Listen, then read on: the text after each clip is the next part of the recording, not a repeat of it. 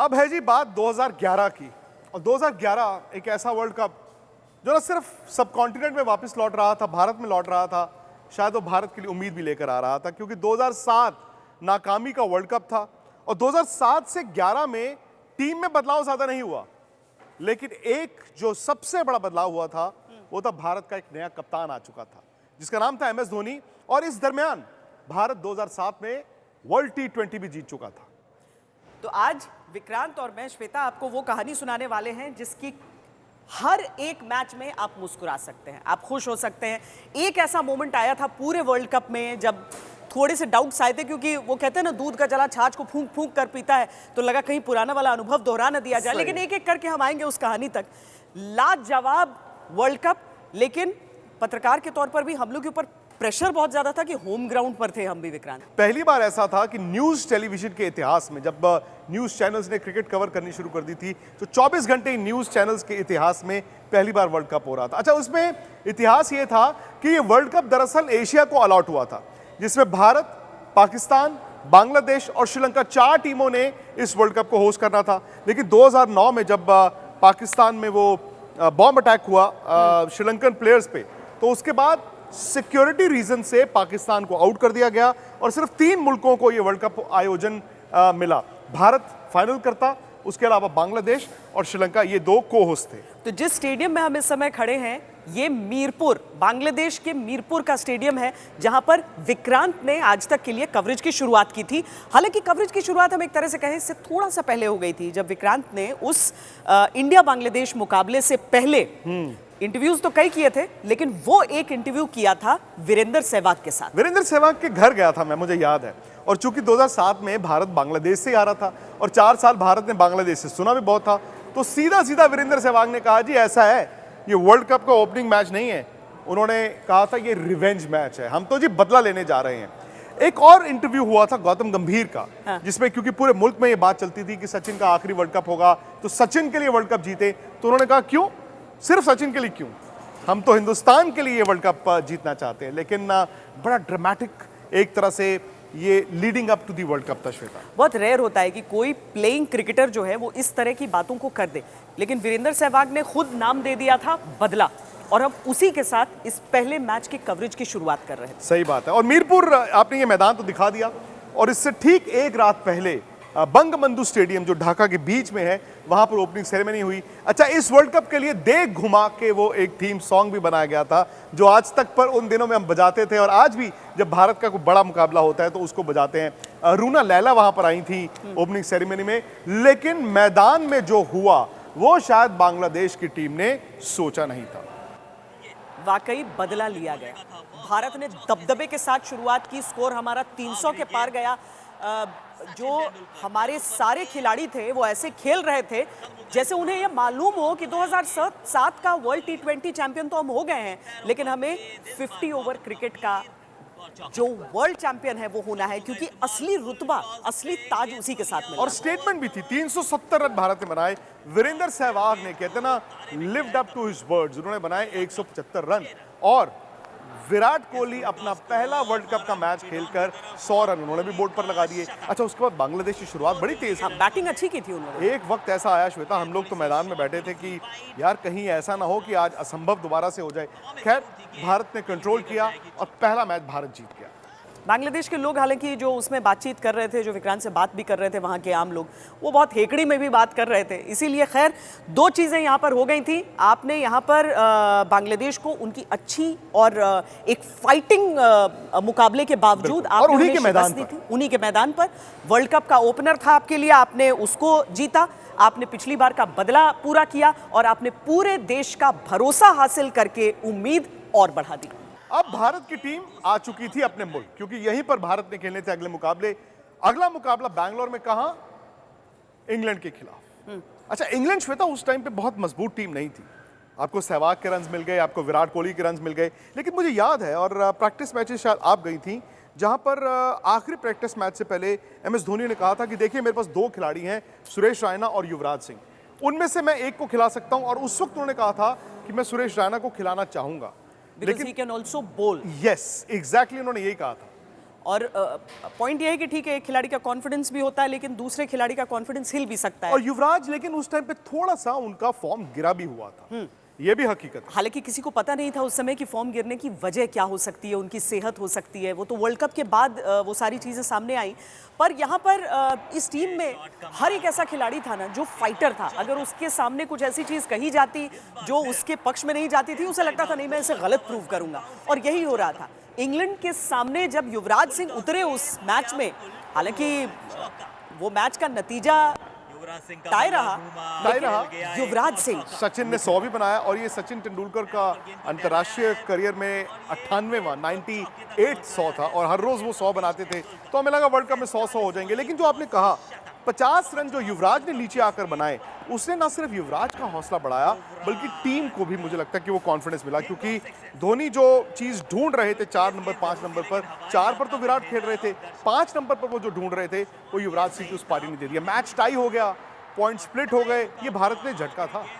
और विक्रांत इंग्लैंड का match cover करके वापस दिल्ली लौटे और मैं अगले मैच के लिए वहां पर पहुंची। अब मैच था आपका आयरलैंड से, लेकिन आयरलैंड ने इंग्लैंड को भी हरा दिया था। 2 भाई थे उसमें, केविन ओब्रायन, नील ओब्रायन, दोनों के पेरेंट्स भी वहां रहते थे, इंडियन मीडिया में बड़े पॉपुलर भी थे सब।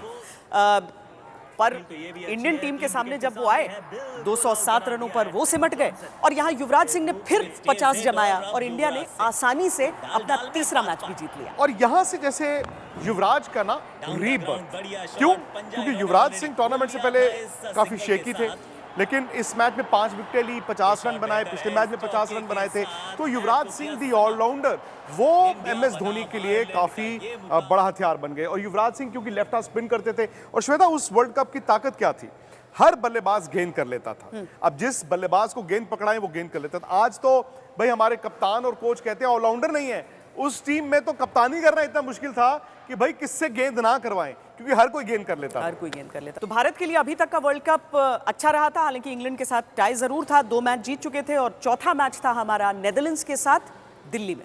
आसान मैच, उसमें भी युवराज सिंह के 50 रन, 2 विकेटें, और अचानक से वो मोमेंटम जो था भारत को मिलना शुरू हो चुका था। क्योंकि श्वेता जैसे जैसे आप एक मैच जीतते हैं तो आप आखिरी 4 अपने ग्रुप में यानी कि क्वार्टर फाइनल के और करीब हो जाते हैं। और भारत की टीम अभी तक अपने 100% पे नहीं खेली थी, लेकिन यही इस टीम की ताकत थी कि वो 100% पे ना होने के बावजूद बाकी टीमों से मजबूत दिख रही थी। लेकिन अगला मैच नागपुर में भारत को झटका दे गया था।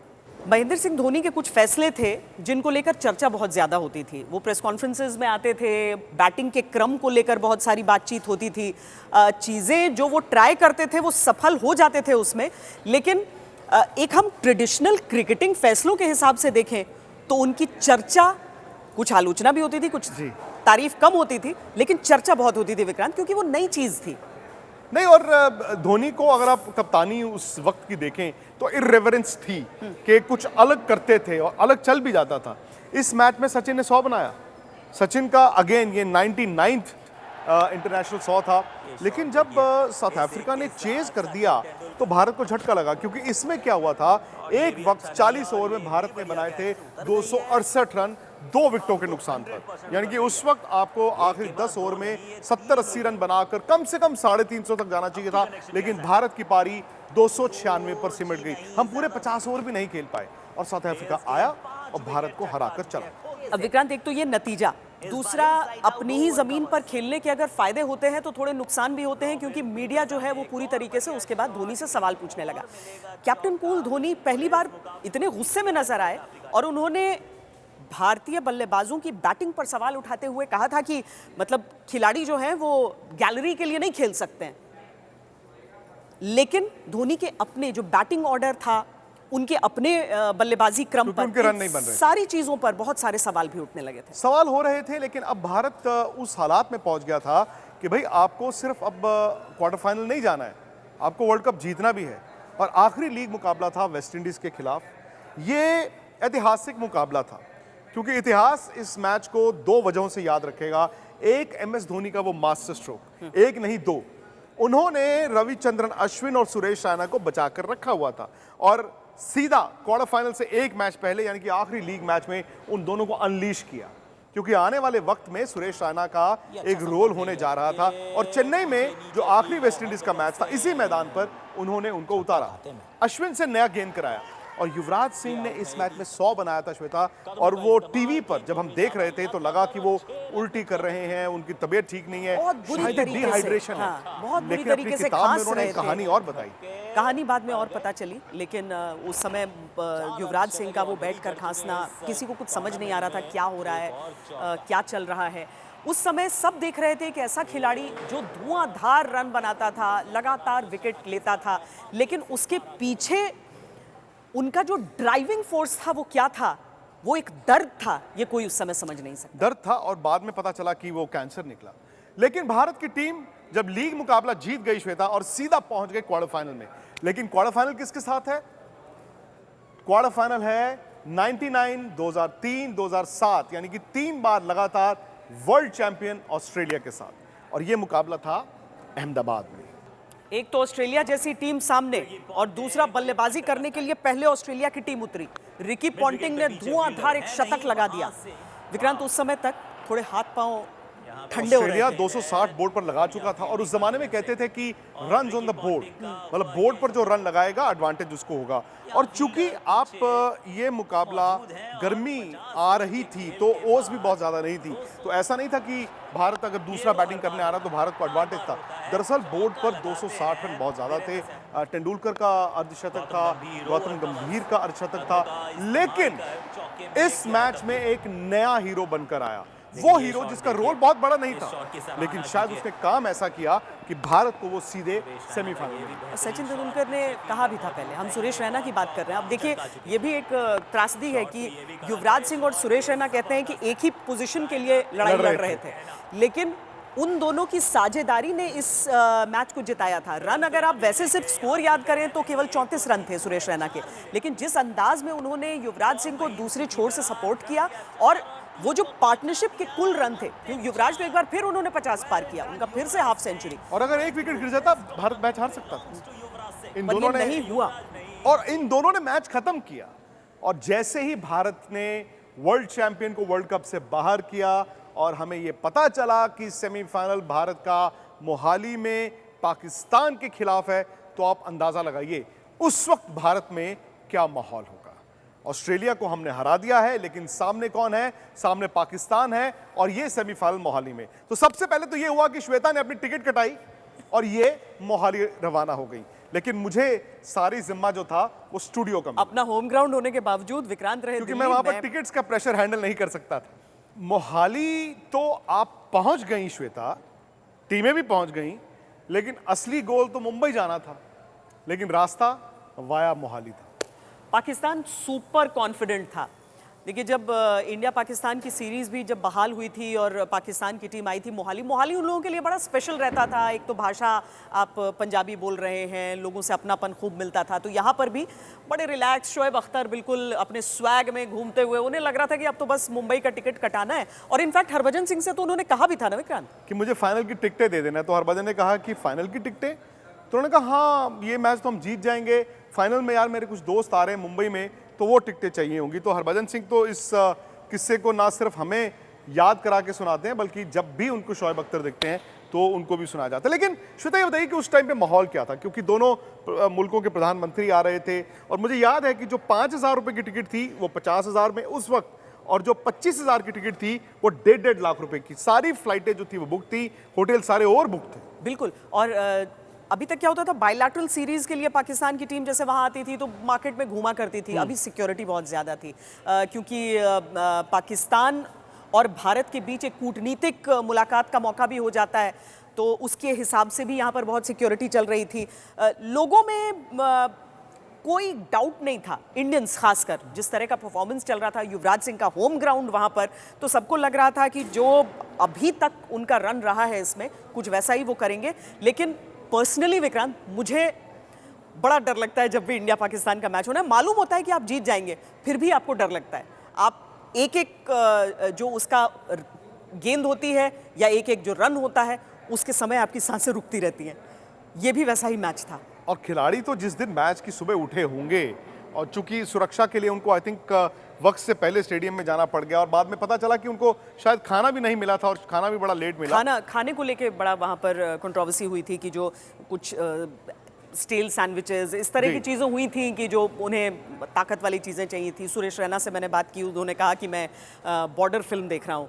अच्छा। उनका ऐसा मानना था कि इस तरह की जो वॉर फिल्में वो देखते हैं तो पाकिस्तान के अगेंस्ट पंप हो जाते हैं पूरी तरीके से।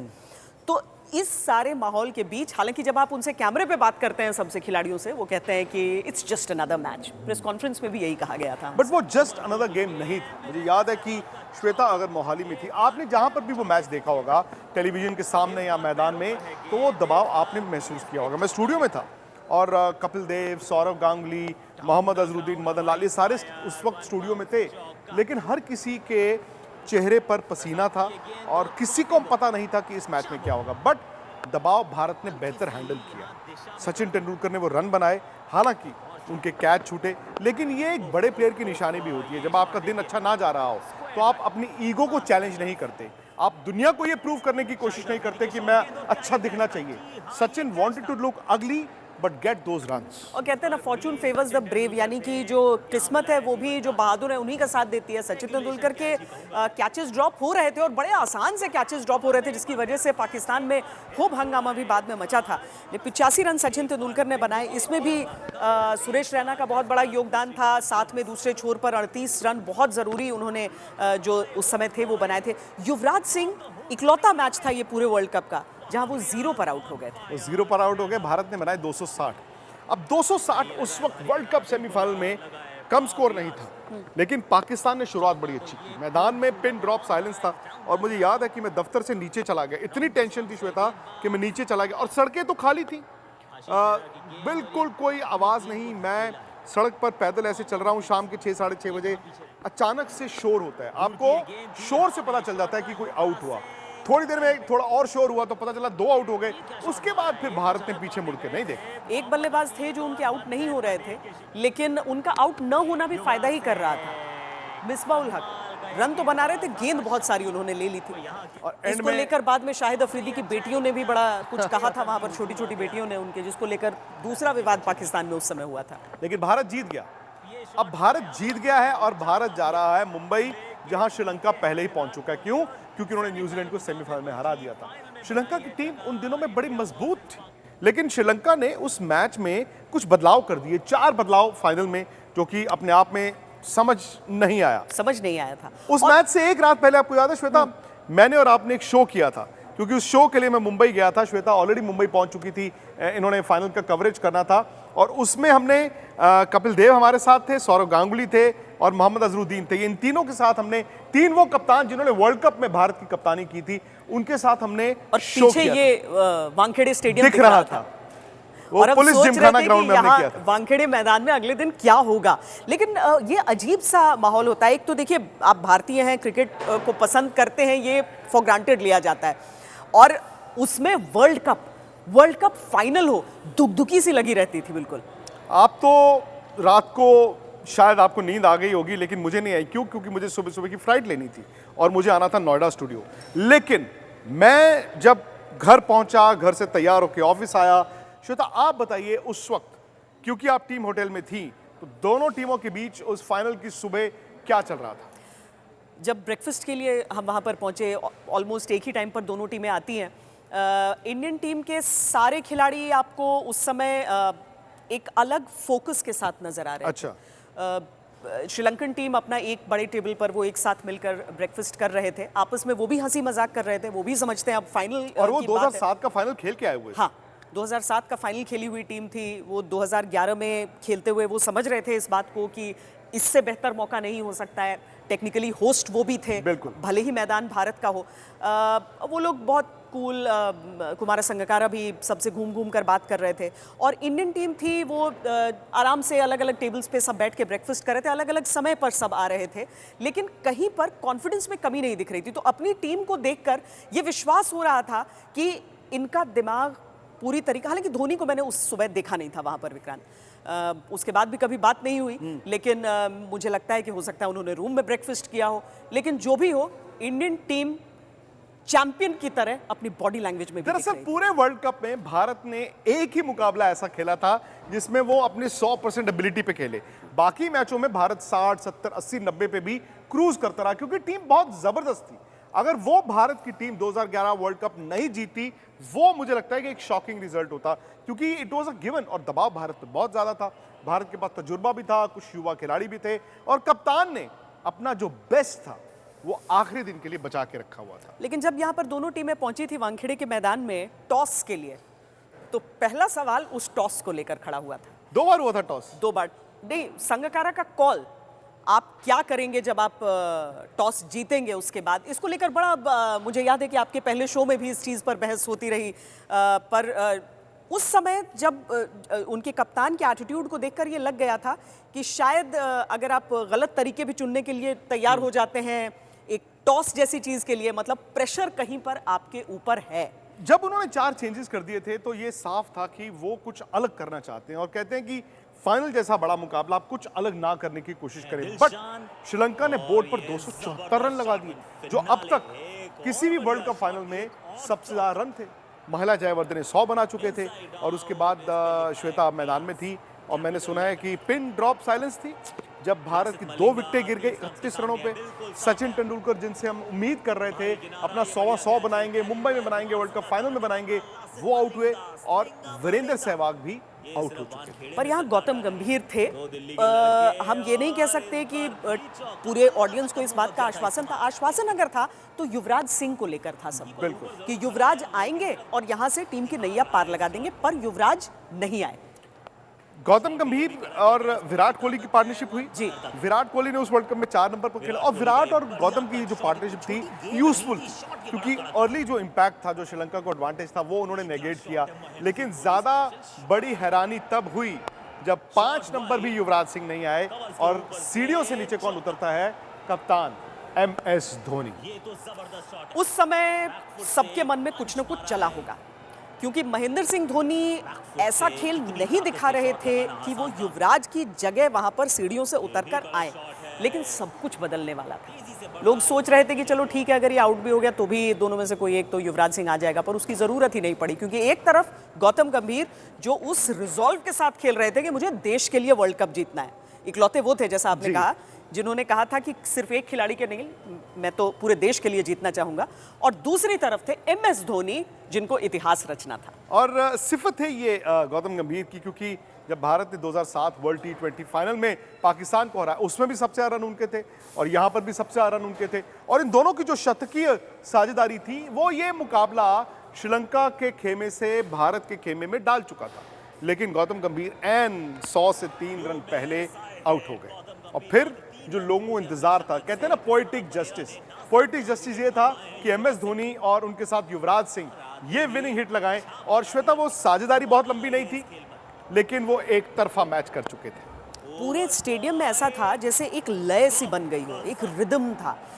खामोशी में भी रिदम रहता था जब सारे लोग एक साथ खामोश हो जाते थे कि मतलब सेलिब्रेट करें, रुकें, क्या करें। आप अभी भी जब उसकी बातें करते हैं, मुझे यकीन है आप सबने जो वो वर्ल्ड कप फाइनल देखा होगा आपके भी रोंगटे खड़े हो रहे होंगे। और वहां पर महेंद्र सिंह धोनी जो खुद भी बाद में बताते हैं कि मुझे याद नहीं क्या हुआ, लेकिन वो छक्का जो है वो सुनील गावस्कर साहब कहते हैं ना कि जिंदगी में अगर एक चीज मुझे कही जाए कि मैं कब उसे रीप्ले करूं तो वो सिर्फ और सिर्फ वो छक्का। और वो छक्का भारत वर्ल्ड चैंपियन बना रात 11 सवा 11 बजे। अच्छा, श्वेता तो उसके बाद बिजी थी क्योंकि वहां पर दर्शकों का हुजूम था, VVIPs आए हुए, पॉलिटिशियंस आए हुए, एक्टर्स आए हुए। कौन था जो डांस नहीं कर रहा था? कौन था जो सड़क डांस पर? नहीं कर रहा था? लेकिन असली जो जश्न था वो सारी रात मनाया गया और उसकी साक्षी आप थीं। मुंबई का ये गेटवे ऑफ इंडिया और इसके ठीक सामने ताज होटल, पैर रखने की जगह यहाँ पर नहीं। लेकिन श्वेता ने जो की प्लेयर्स थे, जो बड़े बड़े खिलाड़ी थे, उन सबके इंटरव्यूज भी किए। लोगों का रिएक्शन देखा रोड पे तो एक्चुअली हमें पता चला कि हम लोगों ने क्या अचीव किया है। जो भी बच्चा, बूढ़ा, जवान इस धरती पे चलता है वो आज हमको देख के बहुत खुश होगा। उन लोग को थैंक्स बोलना चाहूँगा जिन्होंने हमारे लिए दुआएं की। कि आपकी दुआओं से और आपकी इच्छा से आज इंडिया वर्ल्ड कप जीता है तो बहुत बहुत धन्यवाद, हम आपके आभारी हैं। एक तो युवराज सिंह हीरो, और एक चीज जो और बदला 2011 वर्ल्ड कप की अगली सुबह यानी 3 अप्रैल की सुबह, वो थे महेंद्र सिंह धोनी के सर पर बाल नहीं थे। सबको लगा शायद मन्नत उन्होंने मांगी है, वर्ल्ड कप जीत गए हैं तो अपनी जिन जुल्फों का जिक्र सब करते थे वो सर पर नहीं है, लेकिन उन्होंने बाद में कहा था कि मैं बस एक अखबार लेकर आया, अपने बिस्तर पर रखा और अपने बाल उतार दिए क्योंकि मुझे मन कर रहा था। यही है महेंद्र सिंह धोनी। लेकिन ये इसीलिए नई ये इंडियन रहे। टीम जिसने सपना दिखा दिया पूरे हिंदुस्तान को आगे और चाहते रहने के लिए। 25 जून 1983 के बाद 2 अप्रैल 2011 और इस दरमियान 24 सितंबर 2007 भी आया था। उस तारीख का हम फिर से इंतजार कर रहे हैं। हम इंतजार कर रहे हैं कि वो तारीख कब आएगी जब भारत एक बार फिर वर्ल्ड चैंपियन होगा। लेकिन 2011 से अगर भारत कुछ सीख सकता है तो वो ये कि इस टीम के पास ऑलराउंडर्स थे, इस टीम के पास वो डेप्थ थी। और विडंबना कहें या क्या कहें, जो 11 खिलाड़ी 2 अप्रैल 2011 इस वर्ल्ड कप फाइनल में हिस्सा ले रहे थे, जो 11 खेले, जो वर्ल्ड चैंपियन हुए, इसके बाद कभी भी एक साथ वो 11 भारत की टीम में दिखे नहीं। 11 के बाद 15 में क्या हुआ, वो पूरी कहानी अगले हफ्ते लेकर आएंगे। मैच से जुड़े आपके हर सवाल का हम देंगे जवाब। जानने के लिए हर update, live analysis, special interviews download कीजिए स्पोर्ट्स तक ऐप।